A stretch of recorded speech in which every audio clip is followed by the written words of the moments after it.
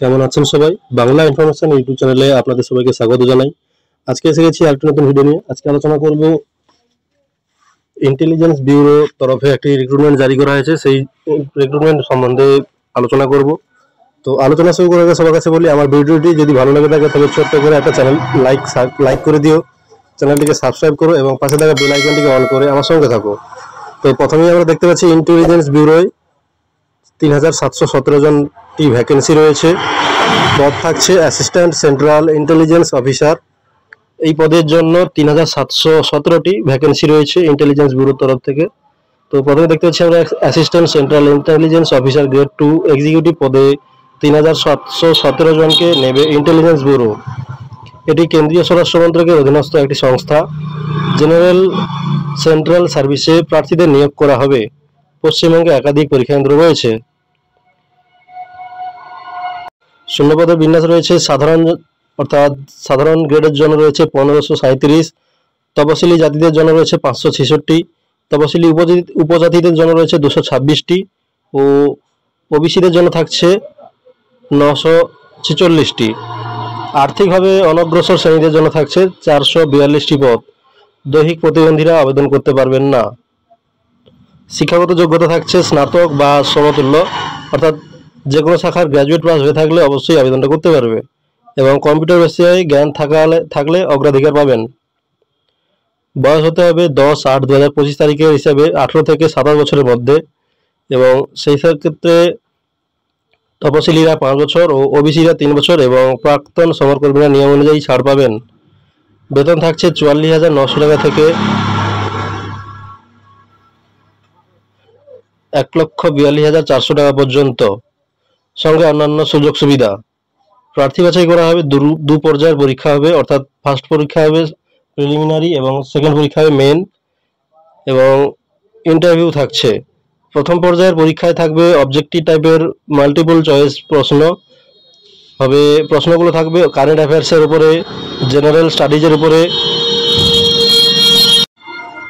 Numerical অ্যাপটিটিউডের উপরে এবং রিজনিং অ্যান্ড লজিক্যাল অ্যাপটিটিউড ও ইংলিশ বিষয়ে। প্রতিটি অংশ 20 নম্বর করে থাকবে। মোট 100 নম্বরের পরীক্ষা। নেগেটিভ মার্কিং থাকবে। সময় থাকছে 1 ঘন্টা।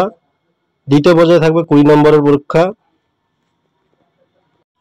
দ্বিতীয় পর্যায়ে থাকছে 20 নম্বরের রাইটিং পরীক্ষা ও 10 নম্বরের ইংলিশ কম্প্রিহেনশন এবং কারেন্ট অ্যাফেয়ার্স। তারপরে থাকছে ইকোনমিক্স, সোশিও পলিটিক্যাল ইস্যু বিষয়ে প্রতিটি 10 নম্বরের 2টি প্রশ্ন। সময়সীমা থাকছে 1 ঘন্টা। সবশেষে 100 নম্বরের ইন্টারভিউ, অর্থাৎ ইন্টারভিউটিও হবে 100 নম্বরের।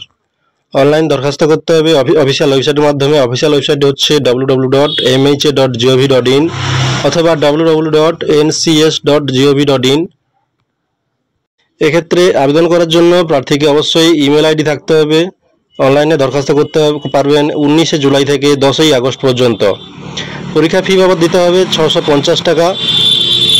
এই 650 টাকার মধ্যে থাকছে এক্সামিনেশন ফি 100 টাকা এবং রিক্রুটমেন্ট প্রসেসিং চার্জ থাকছে 550 টাকা। মহিলা, তপশিলি ও প্রাক্তন সমরকর্মীদের কেবল রিক্রুটমেন্ট প্রসেসিং চার্জ বাবদ 550 টাকা দিতে হবে। ফি অনলাইনে বা অফলাইনে দিতে পারবেন। অনলাইনে ফি জমা দিতে হবে এসবিআই এর ডেবিট কার্ড অথবা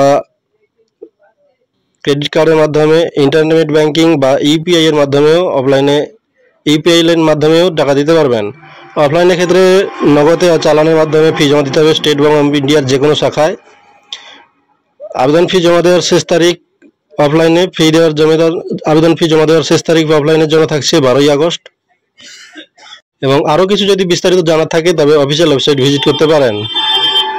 অর্থাৎ আবেদন প্রক্রিয়া চলবে 19 জুলাই থেকে 10 আগস্ট পর্যন্ত।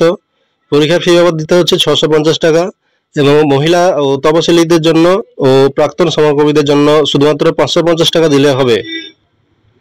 এই পদের জন্য বয়স সীমা থাকছে 10/8/2025 তারিখ হিসাবে 18 থেকে 27 বছরের মধ্যে এবং সরকারি নিয়ম অনুযায়ী তপশিলি, ওবিসি অথবা প্রাক্তন সমরকর্মীরা যথারীতি বয়সে ছাড় পাবেন।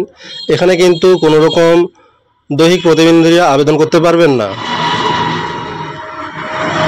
ভ্যাকেন্সি থাকছে সাধারণদের জন্য 1537টি, তপশিলীদের জন্য থাকছে 566টি এবং তপশিলি উপজাতিদের জন্য থাকছে 226টি ও ওবিসিদের জন্য থাকছে 46টি।